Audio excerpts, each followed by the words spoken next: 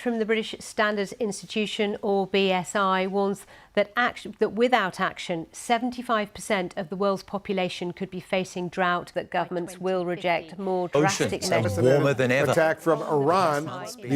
Deadly heat waves and record temperatures have devastating changes to our climate. Scientists are warning of dramatic changes at one of the are facing extreme hunger, death after the worst drought in 40 years.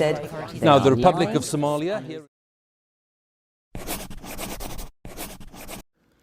I tried to make the entrance dramatic, but it didn't really work out because I think most people, and me included, are already numb to things like this because we just see it every day in the news.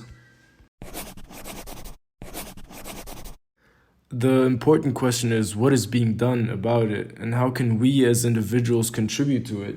Because for a long time I didn't know how I can contribute as an individual, and I didn't even know that governments were working together trying to find a plan and to change the world for the better.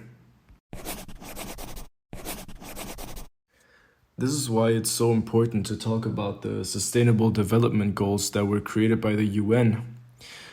And in this video, I will specifically address the Zero Hunger Goal. Sustainable Development Goals were created by the United Nations in 2015 as a universal call to action in order to protect the planet. These goals should all be achieved by the year 2030. They consist of 17 interconnected goals addressing social, economic, and environmental challenges, aiming for a more sustainable and equitable world. The goal we will talk about today is goal number 2, Zero Hunger. And the basic idea is to end all forms of hunger, famine, and malnutrition until the year 2030. In order to get a better understanding, we will take a look at some statistics from 2022. 735 million people were in chronic hunger, which represents 9.2% of the world.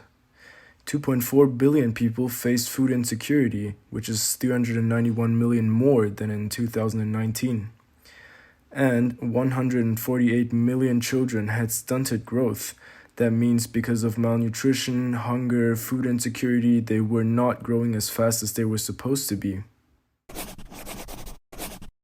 It is extremely hard to end hunger because it's like a vicious circle where people can't get out on their own, because hunger can lead to malnutrition, and malnutrition can then result in less productivity, for example at work.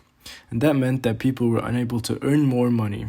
And in the end, they can't afford enough food for them or for their family. That means they were trapped in this situation and they can't get out by themselves. And this is why it's so important for really everyone to work together and try to solve these problems.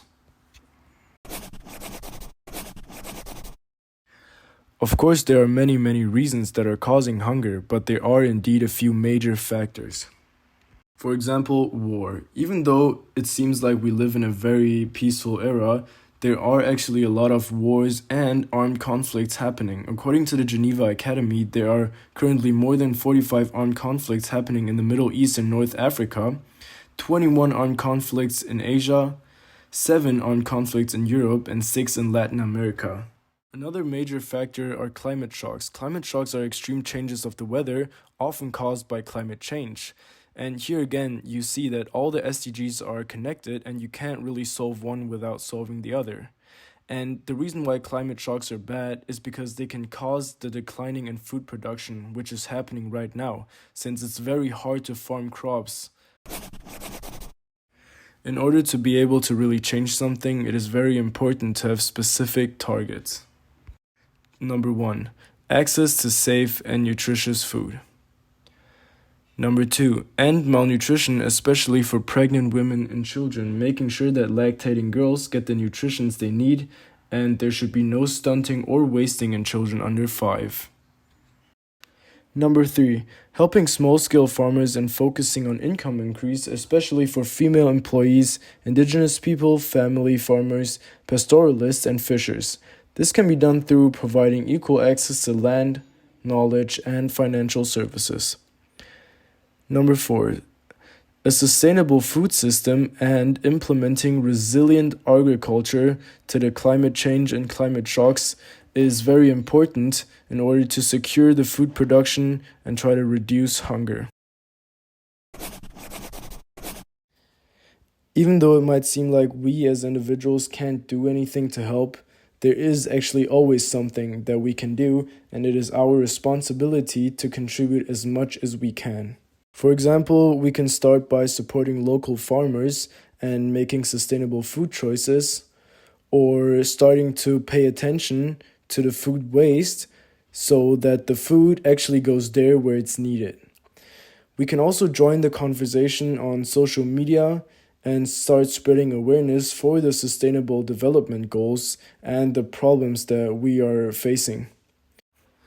It is also very important for voters to use their power as a voter and support governments that really care about the environment and the sustainability of our future.